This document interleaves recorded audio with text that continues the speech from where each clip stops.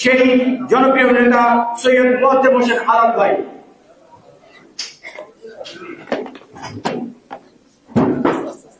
আমি কিন্তু ফেরি নাই ভাই, তুমি বলছো।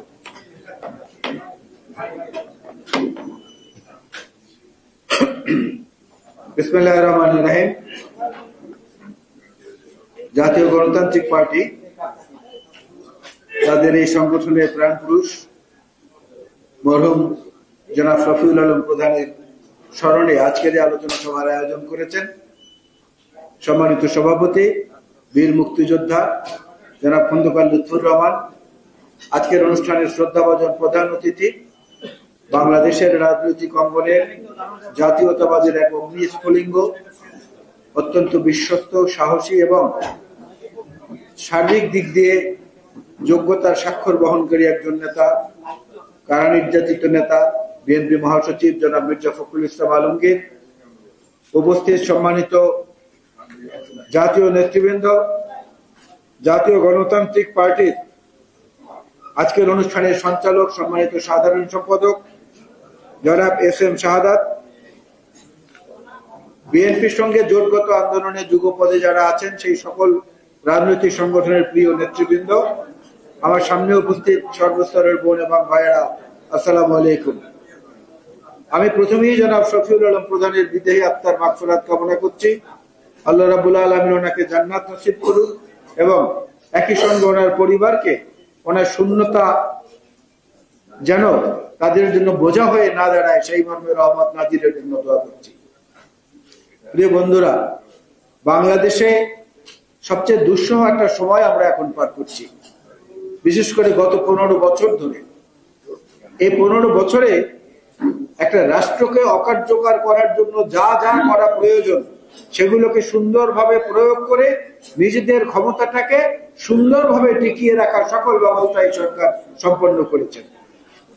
এই সরকারের দায়িত্ব পালনে ভোট লাগে না, এই সরকারের দায়িত্ব পালনে কারো পরামর্শ লাগে না, এই সরকারের দায়িত্ব পালনে কারো তোয়াক্কা করা লাগে না।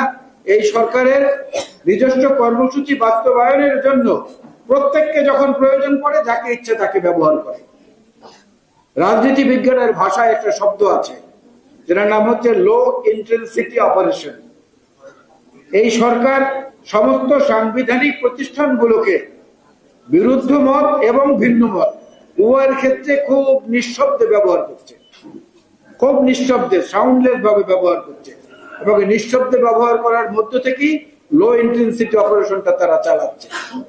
দেখবেন দেশনেত্রী বেগম খালেদা জিয়াকে বর্তমান যে অবস্থায় রেখেছে, এতেও প্রতিহিংসা পরায়ণ শেখ হাসিনার মনস্কামনা পূর্ণ হয়নি। এরপরেও তার মতো সবচেয়ে জনপ্রিয় নেত্রীকে পদ্মা সেতুতে তুলে নিয়ে পদ্মায় ডুবিয়ে মারার কথা বলা হয়, প্রকাশ্যে বলেন তিনি।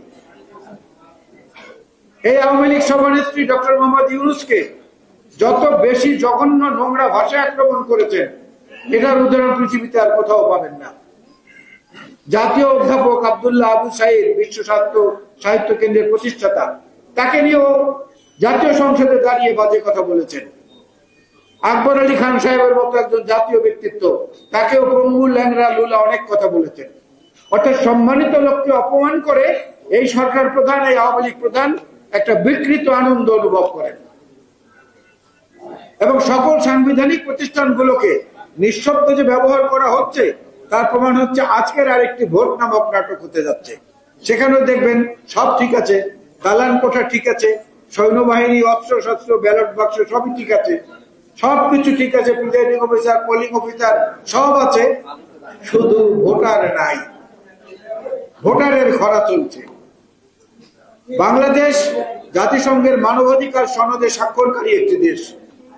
এই মানবাধিকার সনদের স্বাক্ষরকারী দেশ হিসাবে বাংলাদেশের উচিত একটা নির্বাচন সঠিক করতে একটা নির্বাচনী ব্যবস্থা করা। এই নির্বাচনের সংখ্যাটা সেই সনদে বলা হয়েছে, সুষ্ঠু নির্বাচন বলতে কেবলমাত্র ভোট গ্রহণ এবং ফলাফল ঘোষণা এটাই বুঝায় না। সুষ্ঠু ভোট বলতে বুঝায় সেই ভোট যেই ভোটে সমস্ত জনমানুষেরা আকাঙ্ক্ষা থাকে অংশগ্রহণ করার এবং যারা হেরে যায় তারাও সানন্দে সেই ফলাফল মেনে নেয়। এইটা হচ্ছে সুষ্ঠু নির্বাচন। এর ধারে কাছে এর হাজারো মাইলের মধ্যেও বাংলাদেশ আওয়ামী লীগ বর্তমানে নাই, তাদের চামচারা এখন আর নাই, কোথাও নাই। বেসিক ব্যাংকের আব্দুল হাই বাচ্চুকে সরকার ধরতে পারছে না। ফার্মার্স ব্যাংকে লাল বাতি জ্বালানো মহিউদ্দিন আল খান আলমগীরকে সরকার ধরতে পারছে না, খুঁজে পাচ্ছে না। অথচ আমাদেরকে যখন খুশি তখন ছো মেরে ধরে নিয়ে যাচ্ছে, আবার গর্ব করে বলা হচ্ছে যে যাকে খুশি আমরা আধা ঘন্টার মধ্যে গ্রেফতার করতে পারি। ডিবি অফিসে রিমান্ডে থাকাকালীন ঊর্ধ্বতন কর্মকর্তাদের অনেকের সাথে অনেক কথা হয়েছে, তারা বলছে যে আমরা অসহায়। আসলে অসহায় না, একটা জিনিস মনে রাখতে হবে, অত্যাচারীকে সহায়তা করা কিন্তু সমান অত্যাচারীর সমান সমান। এই ভূখণ্ডের ইতিহাসের মধ্যেই আছে। মীর জাফর আলী খান সিরাজদৌল্লার বিরুদ্ধে কিন্তু যুদ্ধ করেন নাই, কিন্তু তার সৈন্যবাহিনী নিয়ে নীরবে দাঁড়িয়েছিলেন। সেটাই বাংলাদেশের মানুষের জীবনে কয়েকশো বছরের পরাধীনতা এনে দিয়েছিল। তার এই নীরব থাকা, তার এই নিরপেক্ষ থাকা, কিংবা তার মনের মধ্যে গোপন করা আশাবাদ ভরসা লালন করা। ঠিক সময় মতো ক্যারাম বোর্ডের গুটির মতো টোকা দিয়ে এই আওয়ামী লীগ প্রধান সবাইকে ফেলে দেয়। যার প্রয়োজন শেষ টিস্যু পেপারের মতো ব্যবহার করে ছুটে ফেলে দেয়। যার প্রমাণ নজিবুল বাসার মাঝভান্ডারি, যার প্রমাণ দিলীপ বড়ুয়া, যার প্রমাণ হাসানুল হক ইনু, যার প্রমাণ আনোয়ার হোসেন মঞ্জু, সবার সঙ্গে তো এই ব্যবহারই, এই একই আচরণই করেছে। যখন প্রয়োজন ছিল ব্যবহার করেছে, প্রয়োজন শেষ টিস্যু যেভাবে ফেলে দেয় সেভাবে তাদেরকে ছুড়ে ফেলে দেওয়া হয়েছে। এর থেকেই প্রমাণ পাওয়া যায় যে জাতির প্রতি তার দায়িত্ব কতটা রয়েছে। শফিউল আলম প্রধান হচ্ছেন সেই ব্যক্তি, সকল জুলুম অত্যাচারের বিরুদ্ধে যিনি প্রতিবাদী কণ্ঠ ছিলেন। ফরাদ ভাই একটু আগে বলে গেছেন, আওয়ামী লীগ ক্ষমতায় থাকা অবস্থায়, জাতীয় নেতা শেখ মুজিব জীবিত থাকা অবস্থায় আওয়ামী লীগের দুর্নীতির শ্বেতপত্র প্রকাশ করেছিলেন প্রকাশ্য জনসভায়। শফিউল আলম প্রধান ভাইয়ের আরেকটি বৈশিষ্ট্য ছিল, যেটা আমি মাঝে মাঝে তার সঙ্গে মজা করতাম। আমি বলতাম যে আমরা যখন এক মঞ্চে কর্মসূচিগুলো করি, দেশনেত্রী বেগম খালেদা জিয়া যখন মঞ্চে থাকতেন, প্রধান ভাইকে হঠাৎ দেখতাম নাই মঞ্চে। কি ব্যাপার, কোথায় গেলেন? তখন আমি ধোঁয়া খুঁজতাম যে কোন জায়গায় ধোঁয়া উঠছে। ঠিক সে ধোঁয়ার জায়গায় লোক পাঠালে দেখা যেত প্রধান ভাই ওখানে আছেন। তার অর্থ হচ্ছে উনি একজন চেইন স্মোকার ছিলেন, একটার পর একটা সিগারেট খেতেন। তো সেটাকে আমি বয়স ছোট হিসাবে আমি তো বেশি বলতে পারি না, এর জন্য বলেছিলাম একদিন যে প্রধান ভাই আপনাকে খুঁজে পাওয়া খুব সহজ, ভিড়ের মধ্যে যদি খুঁজে না পাই তাহলে দেখবো কোথায় ধোঁয়া উঠছে, এই ধোঁয়ার জায়গায় মনে করবো যে আপনি আছেন। প্রচুর সিগারেট খেতেন এবং কথা বলতে কখনো কোনো দ্বিধা বা কুণ্ঠাবোধ করতেন না। আজকে এই ধরনের দেশপ্রেমিকের খুবই প্রয়োজন ছিল। এই আন্দোলনকে আরো শানিত করার জন্য, আরো ধারালো করার জন্য অনেক বেশি প্রয়োজন আমাদের ছিল। আমি আমার বক্তব্য বাড়াবো না, শ্রদ্ধাভাজন মহাসচিব তার বক্তব্য রাখবেন। আজকের দিনে তাকে স্মরণ করে বলতে চাই, বাংলাদেশের গণতন্ত্র মুক্তির প্রসব বেদনায় ভুগছে। বাংলাদেশের গণতন্ত্র বাংলাদেশের মানুষের জীবনে একটা নব দিগন্ত উন্মোচনের অপেক্ষায় আছে। প্রভাত খুব বেশি দূরে নয়, প্রভাতের আলো ক্রমশ দেখা যাচ্ছে। সে আলোর কাছাকাছি পৌঁছে দেওয়ার দায়িত্ব বাংলাদেশ জাতীয়তাবাদী দলের, দায়িত্ব দেশনেত্রী বেগম খালেদা জিয়া, জনাব তারেক রহমান এবং মাঠে থাকা সিপাহ সালার হিসাবে জনাব মির্জা ফখরুল ইসলাম আলমগীর সহ আপনারা যারা আছেন, আপনাদের সবার আমরা আপনাদের সঙ্গে রয়েছি। এবং এই সঙ্গে থাকার মধ্য দিয়ে একটা কথা বলেই শেষ করব, এই দেশে যদি এমন একটা ব্যবস্থা থাকতো যেটা গণতন্ত্রের শিশুকালে প্রাচীন গ্রিসে ছিল, প্রাচীন গ্রিসে নগর কেন্দ্রিক গণতান্ত্রিক ব্যবস্থা যখন ছিল, সভ্যতা যখন ছিল, তখন একটা ভোটের ব্যবস্থা করা যেত। নাগরিকরা মিলে একটা বাক্সে ভোট দিত, যে রাজনীতি করা কোনো ব্যক্তিকে 10 বছরের জন্য নির্বাচনে পাঠানো যেত সেই ভোটের সব ফলাফলের মধ্য দিয়ে। বাংলাদেশে যদি এখন সেই রকম একটা ভোটের ব্যবস্থা করা যেত, যে বাংলাদেশের নাগরিকরা ভোট দিয়ে সিদ্ধান্ত নেবেন কাকে কাকে রাজনীতি থেকে নির্বাচন করা যায়, সেই তালিকায় 1 নম্বরে 100-তে 100 পেয়ে সবকে অবস্থান করতে শেখ হাসিনা, এতে কোনো সন্দেহ নাই। আজকে সেই ব্যবস্থা ফিরিয়ে আনার কোন পদ্ধতি থাকলে সেখানেও আমরা গিয়ে একবার আঘাত করে দেখতাম যে সেই পদ্ধতিটা ফিরিয়ে আনা যায় কিনা। জাগবার আজকের এই কর্মসূচি কথার মধ্যে কাজের মধ্যে সমন্বয় রেখে ভবিষ্যতে এগিয়ে যান। আমরা আপনাদের পাশে রয়েছি, আন্দোলন সংগ্রামে আপনারাও আমাদের পাশে আছেন, ছিলেন, প্রমাণিত। এই প্রমাণকে ফলাফলের পর্যায়ে নিয়ে যাওয়া পর্যন্ত আমরা আমাদের এই অগ্রযাত্রা অব্যাহত রাখবো। এটা হলো আজকের দিনের এই শপথ। আল্লাহ হাফেজ। বাংলাদেশ জিন্দাবাদ, জাতীয় গণতান্ত্রিক পার্টি জিন্দাবাদ। আসসালামু আলাইকুম।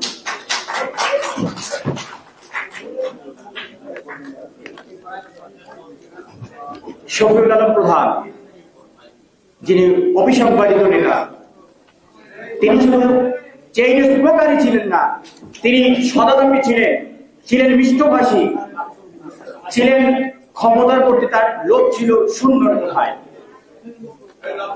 প্রয়াত নেতা শফিউল আলম প্রধান অত্যন্ত সাবলীল ভাষায় উপস্থাপনা করতে পারতেন। বক্তব্য দিতেন যখন, সব মানুষ তার দিকে তাকিয়ে থাকতো, দেখি বা শফিউল আলম প্রধান সাহেব কি বলে। এমনই এক নেতা ছিলেন প্রয়াত নেতা শফিউল আলম প্রধান। আজকে তিনি আমাদের মাঝে নাই, কিন্তু তার উপস্থিতি আজও আমরা অনুভব করি। আমি এস এম শাহাদাত আজকের এই অনুষ্ঠান সঞ্চালনা করেছি। এ পর্যায়ে পবিত্র কোরআন থেকে তেলাওয়াতের পর প্রয়াত নেতা শফিউল আলম প্রধানের জন্য দোয়া করবেন দিনাজপুরের কৃতি সন্তান, দিনাজপুর আদর্শ কলেজের ভিপি। আরে ভাই, আপনাদের কথা কেন? আপনার তো মেহমান। আমার সভাপতি বলছে দোয়া করতে, যে প্রশাসন ভুলে পড়ে গেছে, সে ভুলে পড়ছে। আমাদের দিনাজপুরের কৃতি সন্তান, দিনাজপুর আদর্শ কলেজের ভিপি, প্রয়াত নেতা শফিউল আলম প্রধানের অন্যতম সহযোদ্ধা, জাতীয় গণতান্ত্রিক পার্টি জাকপার প্রেসিডিয়াম সদস্য আলহাজ রকিবউদ্দিন চৌধুরী মুন্না।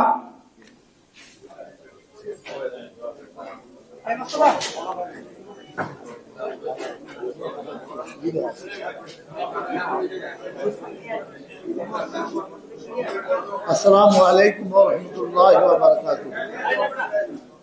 জননেতা জনাব শফিউল আলম প্রধানের মৃত্যু বার্ষিকীতে উপস্থিত আজকের প্রধান অতিথি আমাদের প্রাণপ্রিয় নেতা, জাতীয়তাবাদী দলের মহাসচিব, সদ্য কারামুক্ত জনাব ফখরুল ইসলাম আলমগীর। এখন নেতার জন্য এবং যারা এই আন্দোলনে জীবন দিয়েছে তাদের সকলের জন্য দোয়া হবে। সবাই সূরা ফাতিহা একবার পড়ে, সূরা ইখলাস একবার পড়ে দরুদ করে নিয়েছে।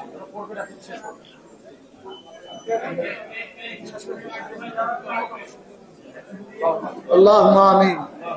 ربنا ظلمنا أنفسنا وإن لم تغفر لنا وارحمنا ولعننا من الخاسرين.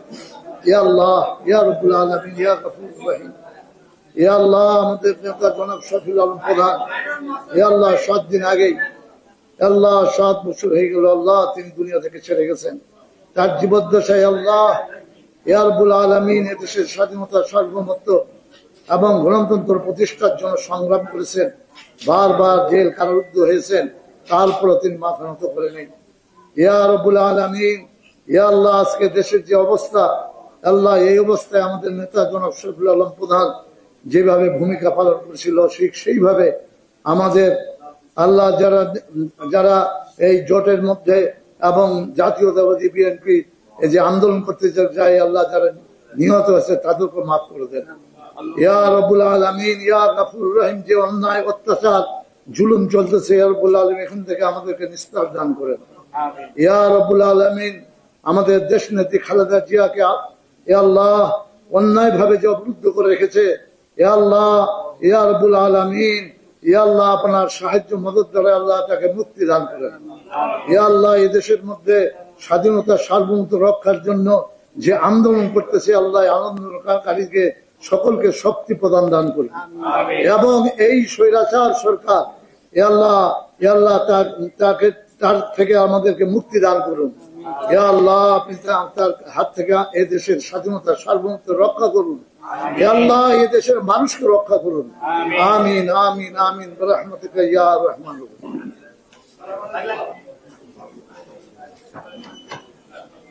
এ পর্যায়ে বক্তব্য রাখবেন আজকের অনুষ্ঠানের সভাপতি, 90-এর স্বৈরাচার বিরোধী আন্দোলনের অন্যতম সিপাহসালার জাব্বার সভাপতি বীর মুক্তিযোদ্ধা খন্দকার লুৎফর রহমান। বক্তব্য রাখছেন খন্দকার লুৎফর রহমান।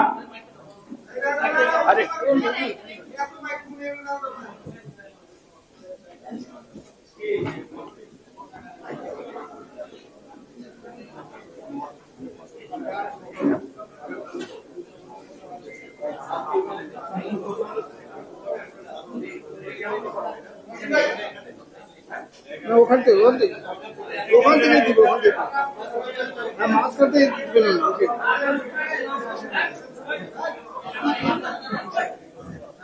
বিসমিল্লাহির রহমানির রহিম।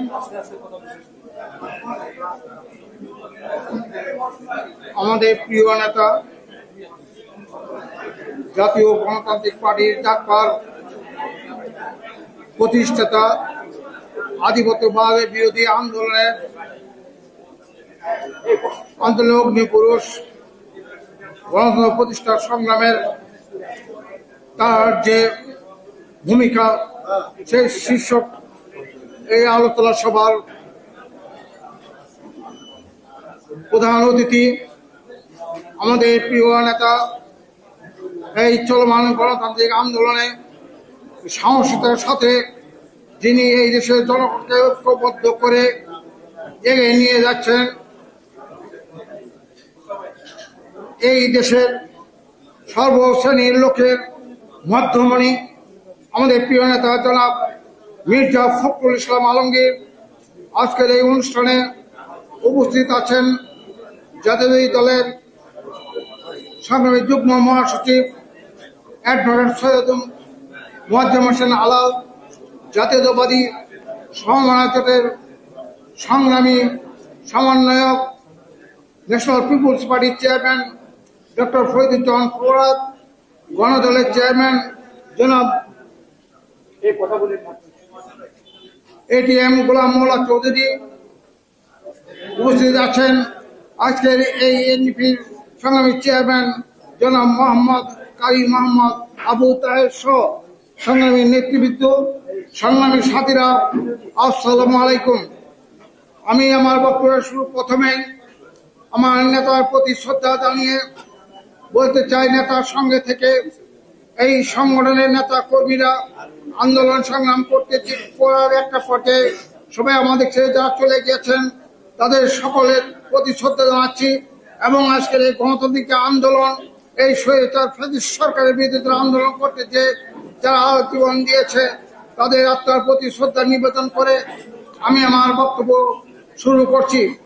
সংগ্রামী সাথীরাও, আজকে এমনি একটি সময়ে আজকে তার মৃত্যু বার্ষিকীতে আমরা আলোচনা সভা করছি, যখন আমরা লক্ষ্য করছি আমার এই 30 লাখ লোকের রক্তের বিনিময়ে এই বাংলাদেশ আমরা অর্জন করেছি। আমরা লক্ষ্য করছি সীমান্তে প্রতিদিন পাখির মতো করে এই দেশের জনগণকে গুলি করে হত্যা করছে। আমরা লক্ষ্য করছি আমার দেশের সীমান্ত আজকে আরক্ষিত হয়ে যাচ্ছে। আজকে আমরা লক্ষ্য করছি আমার দেশের সর্ব জায়গায় আজকে আধিপত্যবাদী সক্রিয়তা গ্রাস করার চেষ্টা করছে। আজকে সেই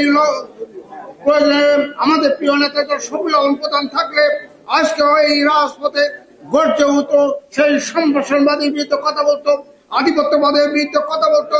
আমার সীমান্তে যে সমস্ত লোককে হত্যা করা হয়েছে তার প্রতিবাদে তিনি সীমান্তে আজকে গণমিছিল নিয়ে চলে যেতেন।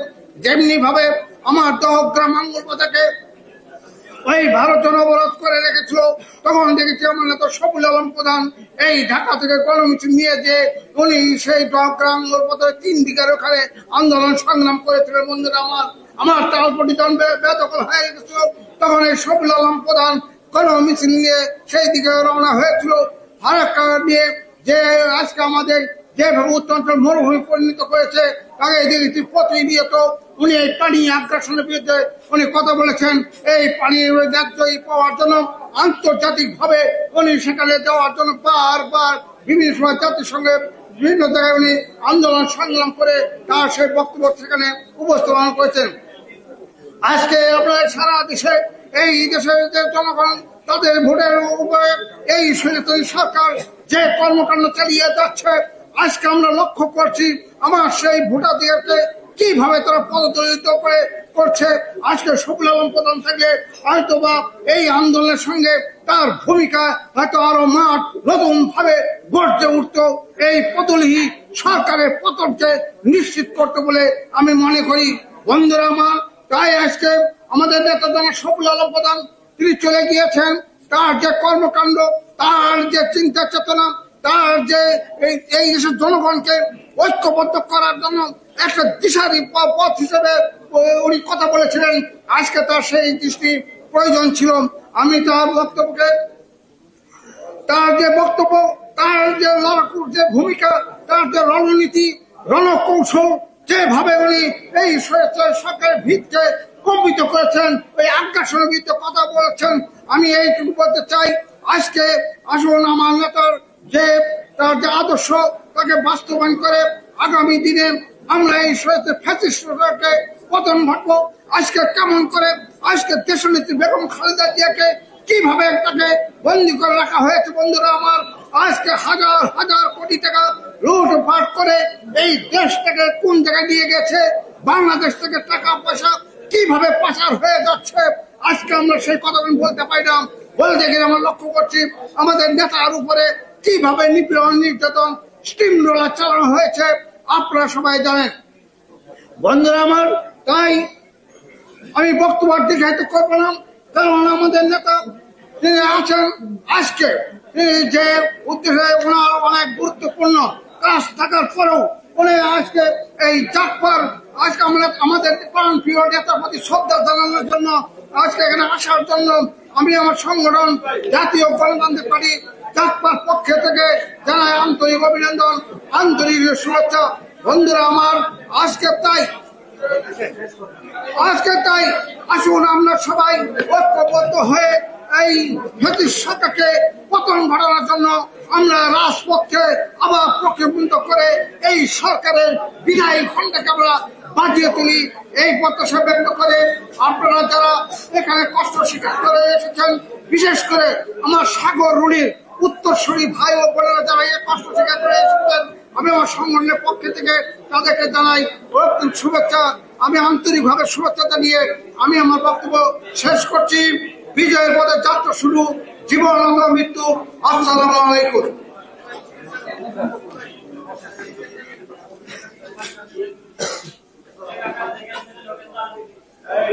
আজকের এই স্মরণ সভায় প্রয়াত নেতা শফিউল আলম প্রধানের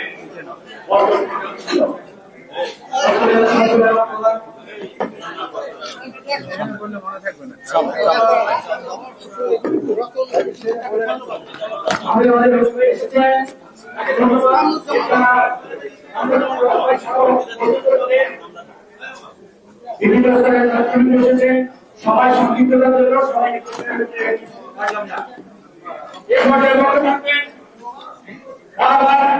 কারা নির্যাতিত নেতা, ভাবে অধিকার প্রতিষ্ঠান আন্দোলনের অন্যতম নেতা, যারা বক্তব্য শোনার জন্য সারা দেশে আপমর জনসাধারণ অপেক্ষা করে কখন মির্জা ফখরুল ইসলাম আলমকে আজকের বক্তব্য আমরা শুনতে পারবো। সেই জনবন্দিত নেতা, সাধারণ মানুষের নেতা,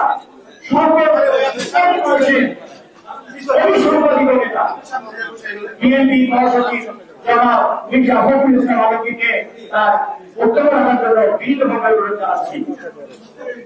বিসমিল্লাহির রহমানির রহিম।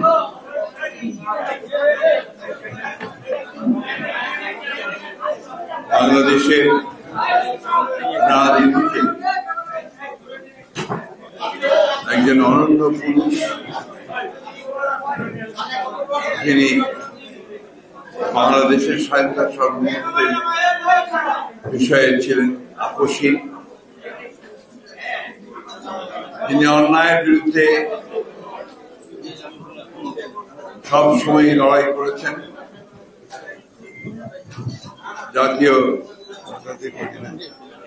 জাতীয় গণতান্ত্রিক পার্টির প্রয়াত নেতা শফিউল আলম প্রধানের মৃত্যুবার্ষিকী উপলক্ষে আয়োজিত আজকের এই আলোচনা সভায় উপস্থিত সভাপতি, তার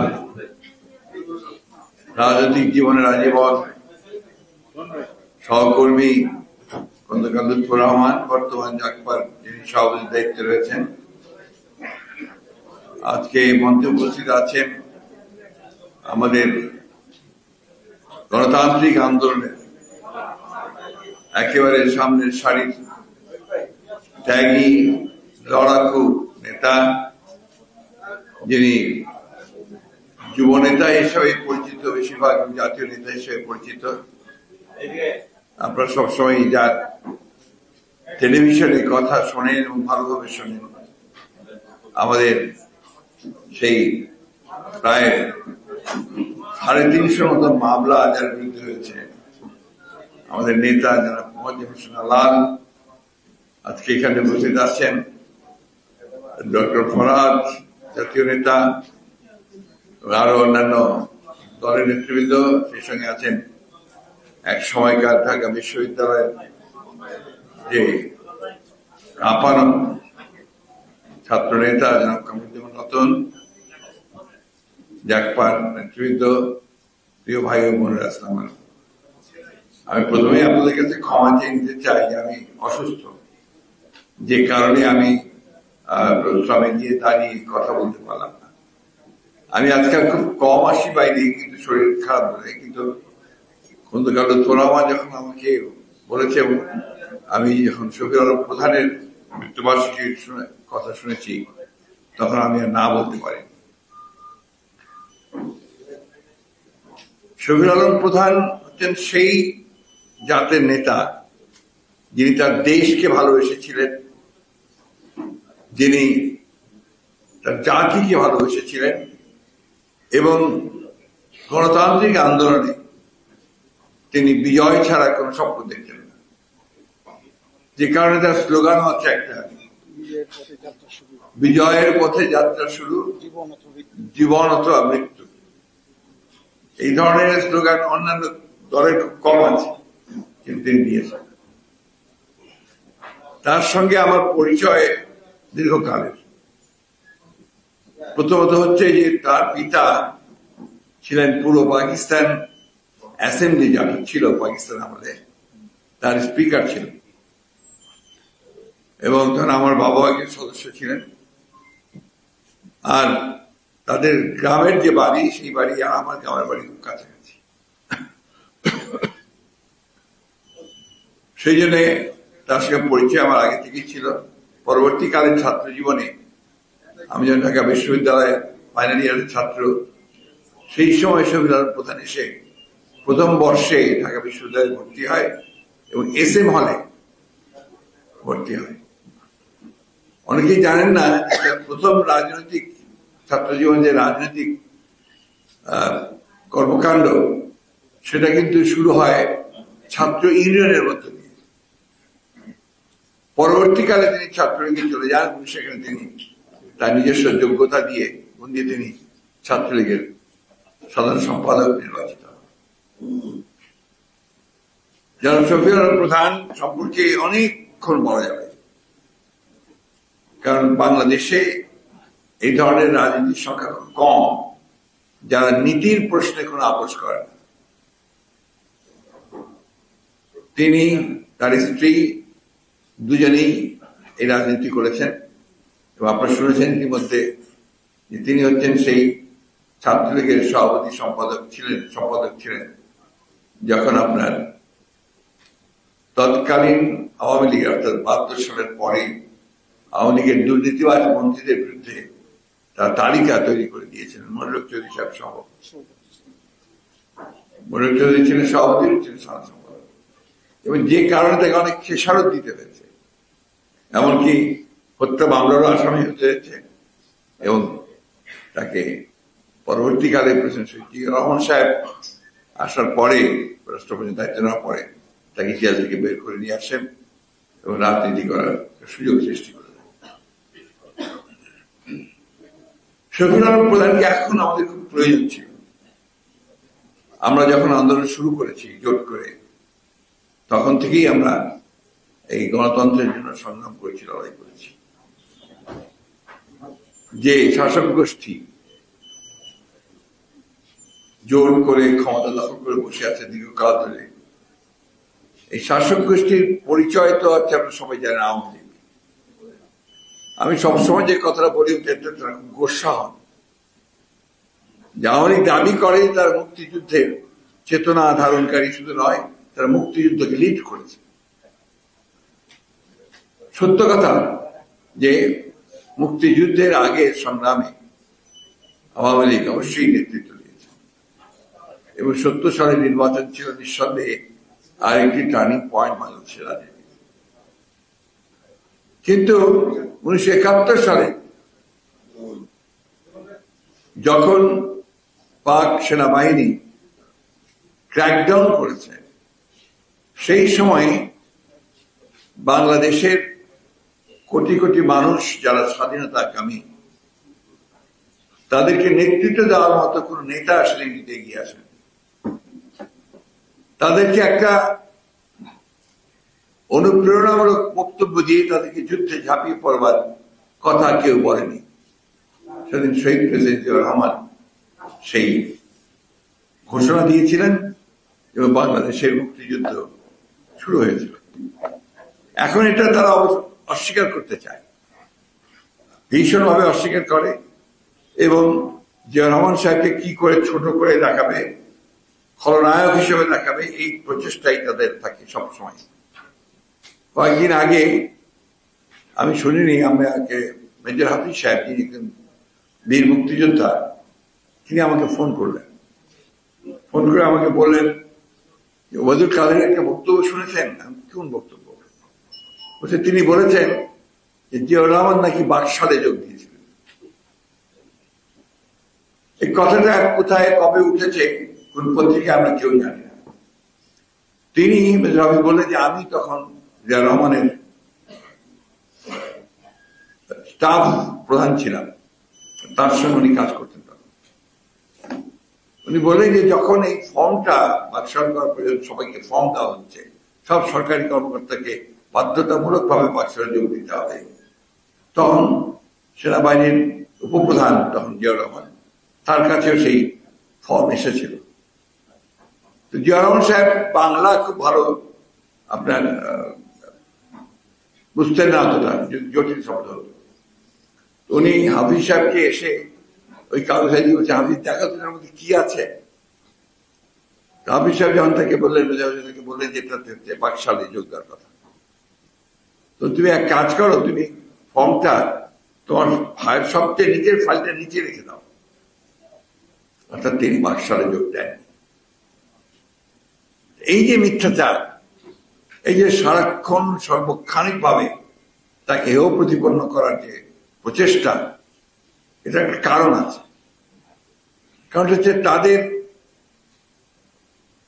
নেতা তাকে মনে করে তারা যে হয়তো জিয়াউর রহমানকে গুরুত্ব দিলে, তাকে মূল্যায়ন করলে তিনি খাটো হয়ে যাবেন। এই যে হীনমন্যতা আছে একটা। জিয়াউর রহমান সাহেব স্বাধীনতা ঘোষণা দিয়েছিলেন, এ কথা কেউ অস্বীকার করতে পারবেন না, কেউ না। যত বইপত্র যা কিছু আছে সবকিছু সার্চ করে দেখবেন যে ওই কথাটাই হচ্ছে সবচেয়ে বড় সত্যি।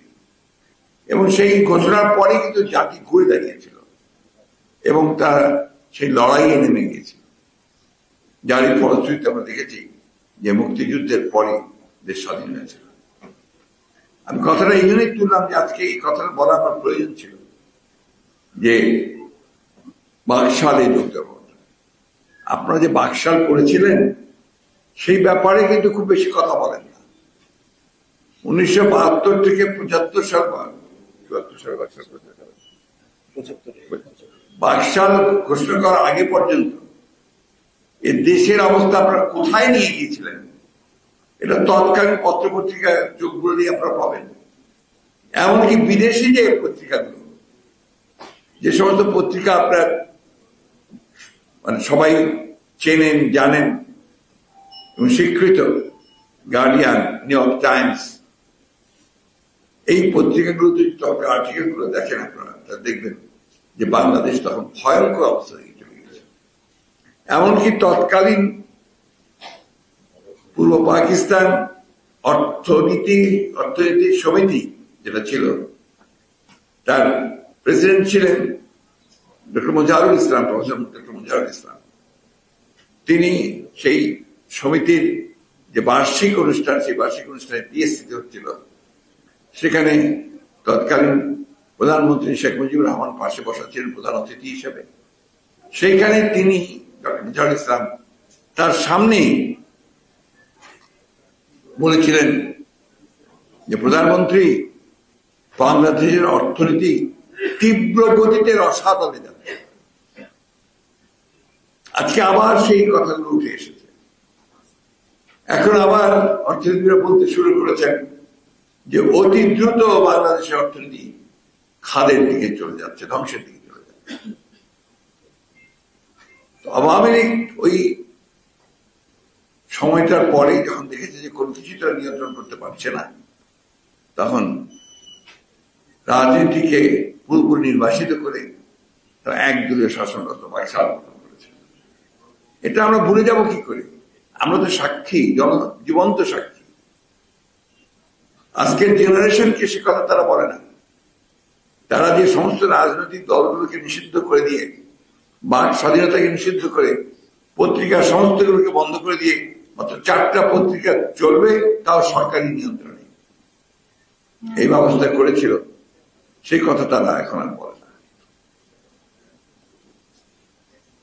প্রিয় বন্ধুগণ, বাংলাদেশের দুর্ভাগ্য যে জাতি 1971 সালে স্বাধীনতার জন্য লড়াই করেছিল, সংগ্রাম করেছিল, সেই সংগ্রামের মূল যে লক্ষ্যটা ছিল যে একটা গণতান্ত্রিক রাষ্ট্র প্রতিষ্ঠা করা, পাকিস্তান শাসকদের বিরুদ্ধে দীর্ঘকাল সংগ্রাম করে আমরা যে জায়গা দিকে পৌঁছেছিলাম, তখন এই স্বাধীনতার দাবিতে ছিল আমাদের সবচেয়ে যৌক্তিক দাবি।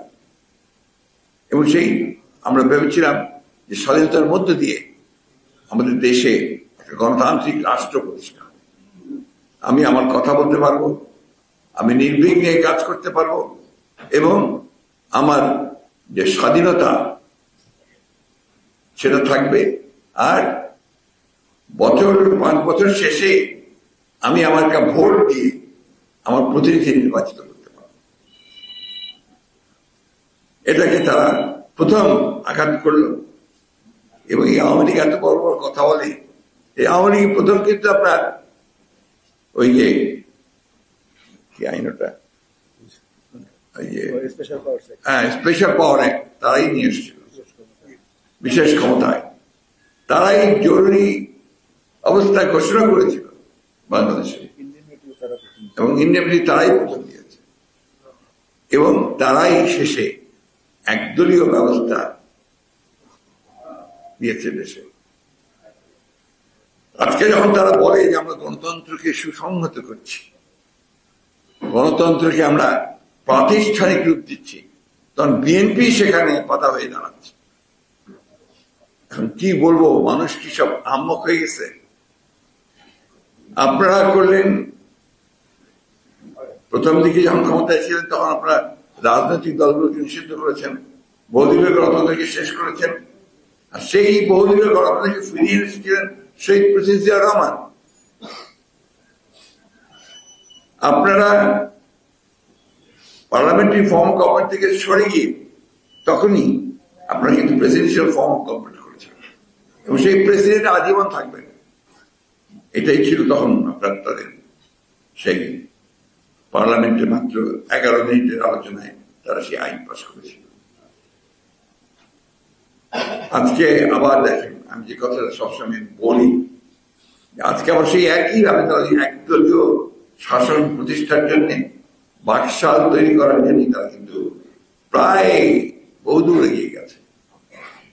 এবার এটা করছে তারা সুকৌশলে, যেটা একটা গণতন্ত্রের একটা লিবাস, একটা ছদ্মবেশ, আলখাল্লা পরিয়ে দিয়ে নির্বাচন করে। বলে আমরা তো নির্বাচন করছি, বিরোধী দল নির্বাচনে না আসলে আমরা কি করব, তারা বলে। এমন নির্বাচন করছো যে দলে দেশের কোন রাজনৈতিক দলই অংশগ্রহণ করতে চায় না। 63টা দল তার নির্বাচন বর্জন, একটা দলকে যারা কোন রকমের রেখেছে, তাও তো কিভাবে রেখেছে আপনারা জানেন, ভাগ বটোয়ারা দিয়ে, রুটি হালুয়া রুটি সবকিছু দিয়ে আসন বন্টন করে তাকে তারা রেখেছে। তারাও বলেছে, তখনও বলেছে, আবারও বলছে যে দেশে কোনো নির্বাচন হচ্ছে না। কাদের সাহেব কিন্তু তার আগে বলেছেন যে নির্বাচন হচ্ছে না, এখানে আওয়ামী লীগ যেভাবে চাইবে, সরকার যেভাবে চাইবে সেই নির্বাচন হবে। তা আমরা তো বারবার বলেছি যে আমরা তো ভাই ক্ষমতায় যেতে চাই না, আমরা একটা সুষ্ঠু অবাধ নির্বাচন চাই। আমরা চাই যে মানুষ তাদের যে প্রতিনিধি নির্বাচন করবার যে ক্ষমতা সেটা প্রয়োগ করতে পারুক, ভোট দিক, যাকে ক্ষমতায় নিয়ে আসবে তারা তাকেই আমরা মেনে নেব। আপনাদের এত ভয় কেন? আওয়ামী লীগের এত ভয় কেন একটা অবাধ সুষ্ঠু নির্বাচন দিতে? ভয় এই জন্যে তারা এই গত 15-16 বছরে যে অপকর্মগুলো করেছে, সেই অপকর্মে তারা সারা দেশে তন্ন তন্ন করে খুঁজলো, তাদের সমর্থন খুঁজে পাবে না। এখন যে আপনারা যে উপজেলা নির্বাচন করছে, দেখেছেন তো আপনারা তারা এখন কিভাবে নিজেরা লড়াই করছে, কিভাবে একইভাবে আপনার ভোট নিয়ে যাওয়ার চেষ্টা করছে। বিভিন্ন ভোটের সঙ্গে যারা জড়িত কর্মকর্তা, তাদেরকে আপনার বিভিন্ন প্রভাবিত করে তারা ভোট করার চেষ্টা করছে। সেই ভোটে কিন্তু মানুষ আসছে না, এই নির্বাচনে মানুষ অংশ নিচ্ছে না, এটা স্বতঃস্ফূর্তভাবে নিচ্ছে না। কারণ তারা বুঝে গেছে যে এই নির্বাচনে তো কোনো লাভ নাই, যে নির্বাচনে কোনো প্রতিযোগিতা নেই, যে নির্বাচনে কোনো পরিবর্তন আসবে না, যে নির্বাচনের মাধ্যমে শাসক গোষ্ঠী তার ক্ষমতাকেই আবারও প্রতিষ্ঠিত করবে, সেই নির্বাচনে গিয়ে কি লাভ? আমাদের দায়িত্বটা ওখানে, আমাদের কাজটা ওখানে। আমাদেরকে জনগণকে আমরা বারবার বলেছি, জনগণ আসছিল, অনেক জনগণ এসেছে, কিন্তু আমাদেরকে চূড়ান্ত বিজয়ের জন্য জনগণকে সত্যিকার অর্থে সংগঠিত করে তাকে রাস্তায় নেমে সোচ্চার হতে হবে। রাস্তায় নামার কোনো বিকল্প নেই, আমরা অন্য কোনো পথ চিনি না। আমাদেরকে প্রকাশ্যে সামনে এসেই লড়াইটা করতে হবে। দুর্নীতির ব্যাপার আমরা হাজারবার বলছি, সবসময় বলছি, কথা দুনিয়া বলছে যে বাংলাদেশের বর্তমান শাসক গোষ্ঠী এখন আকণ্ঠ দুর্নীতিতে নিমজ্জিত, তাই না? এখন তারা এটা অস্বীকার করে, তারা কোনো দুর্নীতি করে না। এখন দেখেন, এই যে আপনার আজকেই খবর এসছে, আপনারা সবাই হয়তো দেখেওছে রীতিমধ্যে, যে সাবেক সেনাপ্রধান জেনারেল আজিজ আহমেদের ওপর আপনার নিষেধাজ্ঞা আরোপ করেছে মার্কিন যুক্তরাষ্ট্র, তার পরিবার সহ। নিয়ম আইনটাই হচ্ছে পরিবার সহ। কেন? দুর্নীতি এবং আপনার গণতান্ত্রিক প্রতিষ্ঠানগুলোকে মানে প্রভাবিত করা এবং জনগণের বিশ্বাস ক্ষুণ্ণ করা। এটা হচ্ছে একটা কেস এর মধ্যে যেটা আসছে।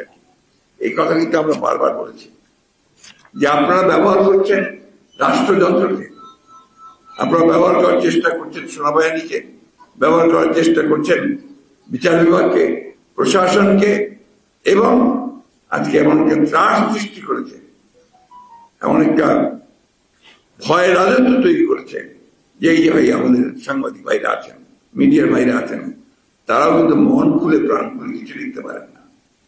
প্রতিটি শব্দ চয়ন করার সময় তাদেরকে চিন্তা করতে হয় এর জন্য আবার জেলে যেতে হবে কিনা, এর জন্য মামলা খেতে হবে কিনা। এই হচ্ছে আপনার এখানে বর্তমান দেশের অবস্থা। একদিকে তারা অর্থনীতি ধ্বংস করে দিচ্ছে, এই অর্থনীতি এমন এক ধ্বংসের পর্যায়ে পৌঁছেছে যে আমরা এখন রিজার্ভ যেটা দিয়ে আমরা আমদানি করি, আমাদের বিদেশে যে ভাইরা চাকরি করে তারা যে টাকা পাঠায়, এবং সেই সঙ্গে যদি আমাদের গার্মেন্টস যে যায় আমরা, তার ফলে আমরা যে আয়টা করি সেই আয়টা দিয়ে কিন্তু আমাদের দেশের আপনার রিজার্ভ তৈরি হয়, এবং সেই রিজার্ভ থেকে আমরা কিন্তু আমাদের যেটা আমদানি প্রয়োজন সেই আমদানিটা আমরা করি। আজকে এমন অবস্থা তৈরি করেছে যে সেই রিজার্ভের পরিমাণ কমতে কমতে কমতে একেবারে তলানিতে এসে থেকে স্বীকার করতে চায় না। এখন IMF বলছে, IMF এর হিসেবে তো আরো খারাপ অবস্থা।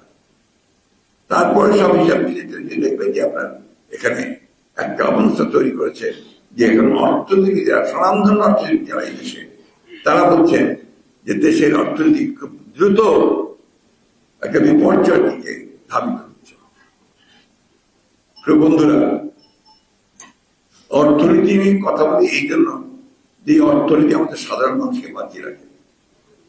আজকে সাধারণ মানুষ তারা বাজারে যেতে পারে না। আমরা কোনোদিন শুনিনি কাঁচা পেঁপের দাম 90 টাকা, 100 টাকা। এখন তাই আপনি যে কোনো সবজি বলেন 50 টাকার নিচে, 60 টাকার নিচে কোনো সবজি নেই। আর মাংসের কথা তো বাড়ি দেন, ওটা তো কাছে যাওয়া যায় না। এই একটা অবস্থার মধ্যে নিয়ে এসেছে দেশে। ইনফ্লেশন বাড়তেই আছে, আর তাদের দুর্নীতিও বাড়তে আছে। কি কি আইন করে না করে, এই কথাগুলো যখন সাংবাদিকরা লেখেন, বাংলাদেশ ব্যাংকে কিছু দুর্নীতির কথা যখন বলেন, তখন তাদেরকে ভেতরে যাওয়াটা নিষেধাজ্ঞা দিয়ে দেয় যে সাংবাদিকরা কেউ ভেতরে যেতে পারে। ব্যাংকগুলো দুর্নীতির এমন পর্যায়ে গেছে এখন বাজার করেও তারা কোনো দেখতে পারবে না। এবং সমস্ত নীতি নির্ধারণ করা হয় দুর্নীতিদের পরায়ণদের বাঁচানোর জন্য। আপনার আগে ছিল 3 জন বোধহয় ডাইরেক্টর একটা পরিবার থেকে, এরপরে হয়েছে 9 জন। এখন কয়জন জানেন নাকি? এখন 9 জনকে 12 জন করছে কিনা আমি জানি না, প্রায় ওইরকমই অবস্থা। অর্থাৎ একই পরিবারের ব্যাংকের ডিরেক্টর থাকতে পারবেন প্রায় 9 জন, যেটা আমি দেখেছি। এরপরে তো 12 জন করছে, একটা আইন করলাম পার্লামেন্টে। আর কাদেরকে দায়িত্ব দিয়েছেন? আপনার অর্থনীতিকে নির্ধারণ করবার জন্য, যারা চিহ্নিত যে তারা দুর্নীতি করছে, যাদের হাজার হাজার কোটি টাকা ব্যাংক থেরাপি, সেটাও মাফ হয়ে যায় অবধিরা। যারা শেয়ার মার্কেটকে ধ্বংস করেছে, সেই লোকগুলোকে দায়িত্ব দেওয়া হয়। এখন যাদের একমাত্র লক্ষ্য হচ্ছে অর্থ উপার্জন, সেই যেভাবেই হোক বাংলাদেশের সম্পদকে লুট করে তাই করছে। পত্র পত্রিকায় দেখবেন যে বাংলাদেশের এক মন্ত্রী তার ইংল্যান্ডে তার 465টা বোধহয় বাড়ি পাওয়া গেছে। উনি আমার ব্যাখ্যাও দিয়েছেন। এখন এইটা অবস্থা, একটা কথা বললাম আপনাকে, একটা উদাহরণ দিচ্ছেন। আপনার আমাদের কোন কোন ব্যবসায়ী এখন বিদেশে গিয়ে সবচেয়ে বড় ধনীদের মধ্যে 1 নম্বরের মধ্যে 4-5 নম্বরের মধ্যে এসে যায়, অথচ সাধারণ মানুষ তার চিকিৎসার কোন ব্যবস্থা হয় না। শিক্ষা ব্যবস্থা ক্রমাগত নিচে নেমে যাচ্ছে। এইসব ব্যাপারে সরকারের কোনো কথা নেই। আমাদের আওয়ামী লীগের সভানেত্রী তিনি খুব করে, সেদিনও আমি দেখেছি, বলছেন যে আমাদেরকে এরা সরাতে চায়। আমার অপরাধ থেকে, আমাদের অপরাধ থেকে উনি এখনো উপলব্ধি করছেন না যে ওনাদের অপরাধটা কি।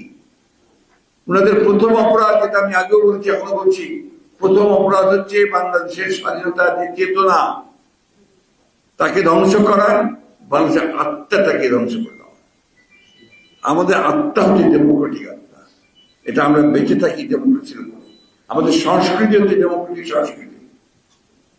সেই জায়গায় আপনার তারা সেটাকে ধ্বংস করিয়েছে। কথা বলা যাবে না, কেউ বলতে পারবে না, তারাই কথা বলবে, তারা যা খুশি তাই করবে। আর কিছু বললেই তাদের যেটা মনের মতো হবে না, তখন মামলা দিয়ে দেবে। তখন আমাদের আলাল সাহেবদেরকে বিভিন্নভাবে হেনস্থা করা হবে, কোর্টে ফেস করতে হবে, উচ্চ আদালতে ফেস করতে হবে। কথা বলে আপনার গত কয়েকদিন আগে ইশরাককে আবার একটা মামলায়, সবগুলো মামলা যে আমি একটা মামলা থেকে আমি নিয়ে চলে গেলাম। আমাদের আশফাককে আবার আপনার বোধহয় কারাগারে নিয়েছে। এখনো হাজার খানেক নেতা কর্মী যারা সাজাপ্রাপ্ত হয়ে বিভিন্ন মেয়াদে, তারা এখন কারাগারে আছে। সবচেয়ে বড় হচ্ছে আমাদের দেশ বেগম খালেদা জিয়া, যিনি গণতন্ত্রের আপসহীন নেত্রী, যিনি সেই মুক্তিযুদ্ধের সময় থেকে লড়াই করছেন, সংগ্রাম করছেন, যিনি তার সারাটা জীবন গণতন্ত্রকে প্রাতিষ্ঠানিক রূপ দেওয়ার জন্যই সংগ্রাম করছেন, তিনি এখন বন্দী অবস্থায় এবং অত্যন্ত অসুস্থ অবস্থায়। আমরা বারবার চেষ্টা করেছি তাকে মুক্তি করে বিদেশে চিকিৎসা করার জন্য, যাকে সেই অনুমতি দেওয়া হয়। এই যে জিঘাংসা, এই যে প্রতিহিংসা, রাজনৈতিক প্রতিহিংসা, এটা কখনো একটা দেশের কল্যাণ বয়ে আনতে পারে না। এতে দেশ জাতি ধ্বংস হয়ে যায়। আপনারা যতই ভালো থাকার চেষ্টা করেন, আলটিমেটলি ভালো থাকা যাবে না। এখন আমাদের প্রখ্যাত অর্থনীতির কথা বলতে শুরু করেছেন, সিভিল সোসাইটির লোকেরাও কথা বলতে শুরু করেছেন। এটাই হবে ফ্যাসিবাদ, এটাই আস্তে আস্তে সকলকেই সেই নিয়ম আনবে তার আওতার মধ্যে। তাই বন্ধুগণ, শফিউল আলম প্রধানকে যখন আমরা স্মরণ করি, তার মৃত্যুবার্ষিকী যখন আমরা পালন করি, তখন শফিউল আলম প্রধান কেমন মানুষ ছিলেন, তার জীবন কেমন ছিল, কোন আদর্শের পিছনে তিনি লড়াই করেছেন, সংগ্রাম করেছেন, সেটা আমাদেরকে মনে রাখতে হবে। আমরা কখনো যেন হার না ছাড়ি, বুকের মধ্যে বলটা, শক্তিটাকে আরো বেশি করে আনতে হবে। খন্দকার লুৎফর 90-এর ছাত্র নেতা, আলাল সাহেবরা ওই সময়কার ছাত্র নেতা। আমাদের বয়স কিন্তু প্রত্যেকেরই প্রায়, আমার বয়স তো 70-77 বছর বয়স। আমাদের খন্দকার লুৎফর, রতন সাহেবদের বয়স এখন কম হলো না, অনেক বয়স হয়ে গেছে। তারা ছেলে মেয়েদের বিয়ে দিচ্ছেন। ইয়াং জেনারেশন কোথায়? কোথায় তরুণেরা? কোথায় যুবকেরা? এই দেশ যে ধ্বংস হয়ে যাচ্ছে, তাদের মধ্যে কোন রকমের অনুভূতি আসে না, তাদের আলোড়িত করে না। এই প্রশ্নটা আমি বারবার করি। এই দেশটা তো তাদের, ভবিষ্যৎ তাদের। আজকে আপনাদের এই সভা থেকে, আমি আলোচনা সভা থেকে আমি শফিউল আলম প্রধানের যে মাগফিরাত কামনা করছি, আল্লাহর কাছে দোয়া করছি আল্লাহ তাআলা তাকে যেন বেহেশত নসিব দেন। তার সহধর্মিনী কিছুদিন পরে তিনিও চলে গেছেন, আল্লাহ যেন তাকে, তিনিও পলিটিক্যাল খুব অ্যাক্টিভ হয়ে ছিলেন, তাকে যেন মাগফিরাত দান করেন এবং আমরা তার পথ অনুসরণ করে যেন দেশের জন্য, দেশের স্বাধীনতা সমর্থকে রক্ষা করি। আরেকটা কথা, আমার নিজের ঘর যদি আমি নিজে সামলাতে না পারি, অন্য কেউ আমার ঘর সামাল দেবে না। অনেকেই খুশি হবেন যে আপনার আজিজের স্যাংশন এসছে। আমি মনে করি যে ওটা হচ্ছে আরেকটা বিভ্রান্ত করা। বিভ্রান্ত হচ্ছি আমরা সবসময়। র্যাবের বিরুদ্ধে হয়েছে, আপনার র্যাব সংগঠন হিসেবেই বন্ধ, পুলিশের 9 জন ছিল, তখন তো স্যাংশন হয়েছিল। তাতে কি ওদের সেই ভয়ঙ্কর যাত্রা যেটা, সেই যাত্রা বন্ধ হয়েছে? বন্ধ হয়। নিজের শক্তি নিয়ে দাঁড়াতে হবে এবং নিজের শক্তি নিয়েই তাদেরকে পরাজিত করতে হবে। অনেক সময় ভুল ব্যাখ্যা করা হয় যে আমাদেরকে উৎখাত করতে চাই। আমি উৎখাতের কথা বলিনি, উৎখাত করতে যাবো কেন? আমরা ভোটের অধিকার চাই, সেই ভোটের মধ্য দিয়ে আমরা তোমাদেরকে পরাজিত করব। সেই ভোটের অধিকারটাকে অর্জন করার জন্য আমাদের সবাইকে কিন্তু প্রয়োজনে আরো ত্যাগ স্বীকার করতে হবে। আমি সবসময় যেটা বলি যে আমরা লিবারেল ডেমোক্রেটিক পার্টি, আমরা কোনো র্যাডিক্যাল পার্টি বা কোনো রেভলিউশনারি পার্টি নয়। লিবারেল ডেমোক্রেটিক পার্টি হচ্ছে যে একটা নির্বাচন, সেই নির্বাচনটা যেন সুষ্ঠু হয়, আবাদ হয়, সরকার যেন কোনো ওর মধ্যে প্রভাব বিস্তার করতে না পারে, সেই জায়গাটায় আমরা যেতে চাই। ওরা তো সেটা দেবে না, আমাদেরকে সেটা আনতে হবে, অর্জন করতে হবে। আমি গত 2 দিন আগে আপনার আনোয়ার ইব্রাহিমের একটা ইন্টারভিউ শুনছিলাম আল জাজিরাতে। আনোয়ার ইব্রাহিমের নাম আপনারা অনেকেই শুনেছেন। উনি এখন মালয়েশিয়ার প্রধানমন্ত্রী। উনি 15 বছর আগে মালয়েশিয়ার মাহাথির মোহাম্মদের যে গভর্নমেন্ট ক্যাবিনেট, সেখানে উনি উপপ্রধানমন্ত্রী ছিলেন। মাহাথির মোহাম্মদের সঙ্গে তার গোলযোগের কিছু হওয়ার ফলে তাকে তিনি সরিয়ে দিলেন। শুধু তাই নাই, তার মিথ্যা মামলা টামলা আরোপ করে তাকে আপনারা একেবারে কারাগারে পাঠিয়ে দিলেন। দীর্ঘকাল তিনি কারাগারে ছিলেন। তখন থেকে তিনি কাজ শুরু করেছেন। তিনি, তার স্ত্রী, তার কন্যারা নতুন দল তৈরি করেছেন। নতুন দল তৈরি করে এখানে নির্বাচনের মধ্য দিয়ে আস্তে আস্তে তারা কিন্তু আজকে প্রধানমন্ত্রী হয়ে গেছে, অর্থাৎ জনগণের আস্থা তারা পুরো ফিরে গেছে। এই যে ধৈর্য, এই যে আপনার একটা আবেগের মধ্যে শুধু নিজেকে না নিয়ে গিয়ে আপনার বাস্তবতাকে মেনে নিয়ে যে এগোনো, এটা খুব ইম্পর্টেন্ট। আমি মনে করি যে আসুন, আমরা না চাইলে কেউ কিছু দেবেন আমাদেরকে অবশ্যই এই অবাধ সুষ্ঠু নিরপেক্ষ নির্বাচনের দাবিতে আমাদেরকে ঐক্যবদ্ধ আরো হতে হবে, আন্দোলনকে আরো তীব্রতর করতে হবে। আমরা জোট করেছি আপনার যুগপৎ আন্দোলনের জন্য, বিভিন্ন জোট হয়েছে, আমরা সবাইকে আমন্ত্রণ জানিয়েছি। আমরা সব করে রাজনৈতিক দলের সঙ্গে কথা বলেছি এবং আমরা কাজ করছি, একই সঙ্গে কাজ করছি। আন্দোলনের প্রক্রিয়ার মধ্য দিয়ে আপনার এই জোট আরো শক্তিশালী হবে আমি বিশ্বাস করি, এবং ঐক্য আরো বৃদ্ধি পাবে, এবং অদূর ভবিষ্যতে আমরা এই ভয়াবহ যে দানবীয় শক্তি, এই শক্তিটাকে পরাজিত করে আমরা গণতান্ত্রিক শক্তিকে প্রতিষ্ঠিত করব, এই বিশ্বাস আমরা রাখি। আসুন, আজকের দিনে এই আমাদের শফিউল আলম প্রধানের মৃত্যুবার্ষিকীতে আমরা সেটাই আমরা আল্লাহর কাছে দোয়া চাই, সেই শপথ গ্রহণ করি। আমাদের সকলকে অনেক ধন্যবাদ। জাগপা জিন্দাবাদ, বাংলাদেশের জাতীয় শক্তি জিন্দাবাদ, এবং বাংলাদেশের মানুষ জিন্দাবাদ।